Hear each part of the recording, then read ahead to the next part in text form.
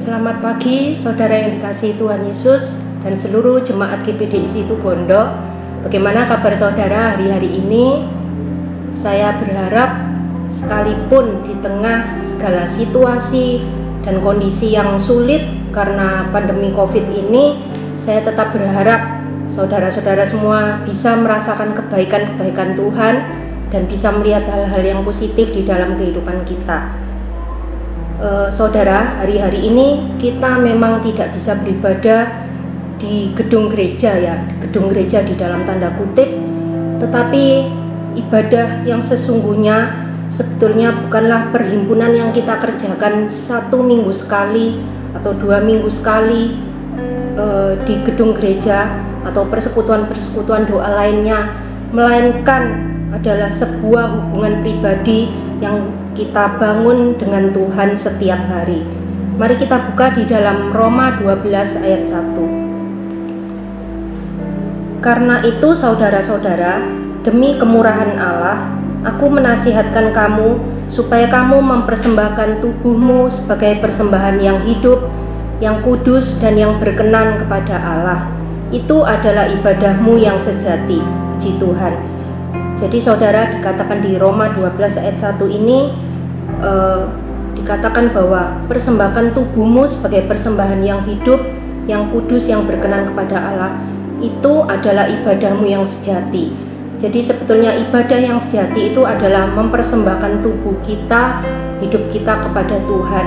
Jadi bukan hanya sekedar kita berkumpul di gereja, kita melakukan rutinitas ibadah kita di gedung gereja, tetapi lebih daripada itu kita membangun hidup rohani kita, hubungan pribadi kita dengan Tuhan. Kalau saudara setiap hari makan jasmani ya, itu saudara makan 3 kali sehari karena saudara perlu untuk hidup, saudara bisa merasa lapar kalau tidak makan. Demikian pula dengan tubuh rohani kita, saudara. Kalau kita tidak makan firman Tuhan, hidup rohani kita tidak diisi setiap hari, setiap saat, pasti hidup rohani kita juga akan merasa lapar. Lama-lama juga hidup rohani kita bisa mati, saudara. Jadi sementara kita hari-hari ini tidak bisa beribadah bersama-sama di gereja, tentunya kita harus membangun hubungan pribadi dengan Tuhan setiap hari di rumah kita masing-masing. Dan saat-saat ini saudara, kita punya sangat banyak waktu untuk berkumpul bersama keluarga kita, di rumah kita, melakukan berbagai aktivitas kita. Dan kita mau saudara, kita mau mengadakan ibadah keluarga di dalam keluarga kita masing-masing. Ibadah di dalam keluarga kita masing-masing inilah yang disebut sebagai mesbah keluarga. Jadi kita perlu membangun mesbah keluarga, membangun ibadah di dalam keluarga kita masing-masing. Apa itu membangun mesbah keluarga? Membangun mesbah keluarga berarti membangun sebuah hubungan intim dengan Tuhan lewat doa bersama yang dilakukan terus-menerus. Di dalam membangun mesbah keluarga ini tentu melibatkan semua anggota keluarga. Ada suami, ada istri, ada anak-anak. Kalau kita tahu saudara, kita lihat di dalam Perjanjian Lama, di dalam kehidupan bangsa Israel, ketika mereka membangun mesbah untuk menyembah Tuhan, selalu ada korban yang dipersembahkan di atas mesbah itu. Demikian pula dengan mesbah keluarga. Ketika kita membangun mesbah keluarga, ada hal-hal yang dipersembahkan kepada Tuhan. Apa saja yang dipersembahkan di dalam mesbah keluarga itu? Yaitu ada ucapan syukur, ada puji-pujian dan penyembahan kepada Tuhan, ada doa-doa dan permohonan-permohonan yang dinaikkan di hadapan Tuhan. Itulah yang menjadi korban yang kita persembahkan di dalam sebuah mesbah keluarga. Mari kita buka kembali di dalam 2 Samuel 6 ayat 11 dan 12. 2 Samuel 6 ayat 11 dan 12. 3 bulan lamanya tabut Tuhan itu tinggal di rumah Obed-Edom, orang Gad itu. Dan Tuhan memberkati Obed-Edom dan seisi rumahnya. Diberitahukanlah kepada Raja Daud demikian, Tuhan memberkati seisi rumah Obed-Edom dan segala yang ada padanya oleh karena tabut Allah itu. Sampai di situ saja pembacaan kita. Dan kita belajar dari kisah Obed-Edom ini bahwa ketika tabut Tuhan itu ditaruh di rumah Obed-Edom ini, dikatakan di ayat yang ke-11, Tuhan memberkati Obed-Edom dan seisi rumahnya. Jadi saudara, tabut Tuhan itu menggambarkan hadirat Tuhan. Tabut Tuhan bicara tentang hadirat Tuhan. Jadi ketika ada hadirat Tuhan di tengah-tengah rumah tangga kita, seisi rumah kita, seperti ayat 11, seisi rumah itu akan diberkati. Seisi rumah itu berarti tiap-tiap anggota keluarga kita, suami, istri, anak-anak itu akan diberkati. Dan di ayat yang ke-12, Tuhan memberkati seisi rumah Obed-Edom dan segala yang ada padanya.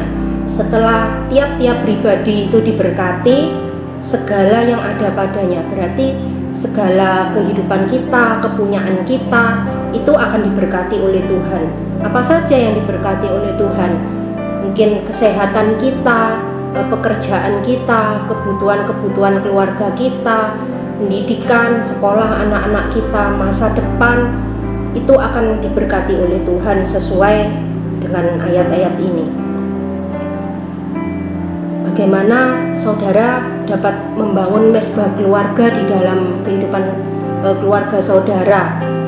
Mungkin saudara ada yang sudah mempunyai mesbah keluarga di tengah-tengah keluarga saudara, mungkin ada yang belum mempunyai mesbah keluarga di dalam keluarga masing-masing. Yang pertama, kita harus menyiapkan hati ya saudara. Kita harus punya hati yang rindu untuk tetap bersekutu dengan Tuhan, sekalipun itu di rumah kita bersama dengan keluarga kita.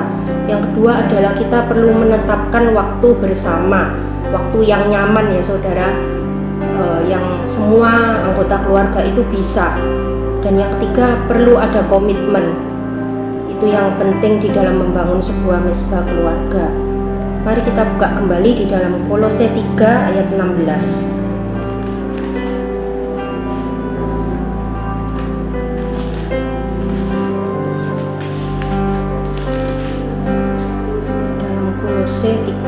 Pasal 3 ayat 16, hendaklah perkataan Kristus diam dengan segala kekayaannya di antara kamu, sehingga kamu dengan segala hikmat mengajar dan menegur seorang akan yang lain, dan sambil menyanyikan mazmur dan puji-pujian dan nyanyian rohani, kamu mengucap syukur kepada Allah di dalam hatimu. Nah saudara, di dalam kita membangun mesbah keluarga, kita merindukan hadirat Tuhan, biarlah firman Tuhan itu disampaikan saudara. Perkataan Kristus, firman Tuhan itu diam dengan segala kekayaannya di antara kita, di antara keluarga kita.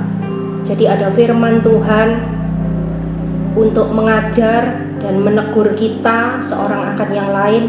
Dan juga di sana dikatakan sambil menyanyikan mazmur dan puji-pujian dan nyanyian rohani. Jadi saudara, ada firman Tuhan yang disampaikan, ada mazmur, ada puji-pujian dan penyembahan kepada Tuhan, ada nyanyian rohani, dan ada ucapan syukur yang diberikan kepada Tuhan ketika kita bersekutu bersama keluarga kita di dalam mesbah keluarga.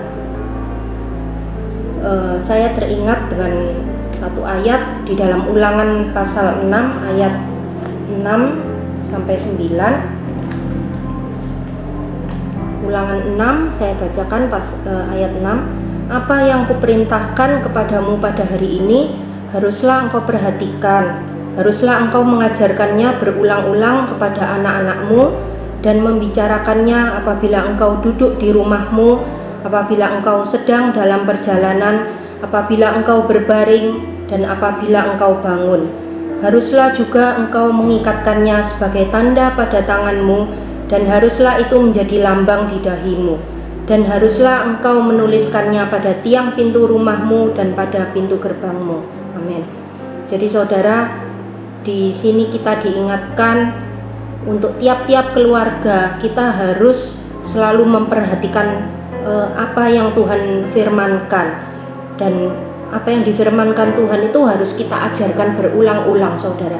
Jadi di dalam keluarga, di dalam kita merenungkan firman Tuhan setiap hari, kita harus terus membicarakan firman Tuhan. Kita harus terus mengajarkan baik kepada suami, kepada istri, kepada anak-anak, kita saling menegur, kita saling mendukung, kita saling menopang di dalam kebenaran firman Tuhan. Dan biarlah kita juga boleh selalu mengajarkan kepada anak-anak kita yang sudah memiliki anak, biarlah mereka juga boleh bertumbuh menjadi anak-anak yang takut akan Tuhan. Mereka boleh bertumbuh di dalam pengenalan akan Tuhan Yesus, karena di sini dikatakan kamu harus mengajarkan berulang-ulang, berarti terus-menerus, tidak berhenti. Jadi mesbah keluarga itu harus dilakukan terus-menerus saudara, untuk membangun kehidupan rohani seluruh anggota keluarga. Dan pengalaman saya pribadi saudara, kalau dulu anak-anak saya sekolah di luar kota, itu kami tiap malam hanya video call ya. Kami tetap berdoa, kami menyanyi, sekalipun waktu menyanyi itu tidak bisa bareng ya karena lewat media sosial. Tetapi kita sekarang kumpul sama-sama di rumah, kita lebih leluasa.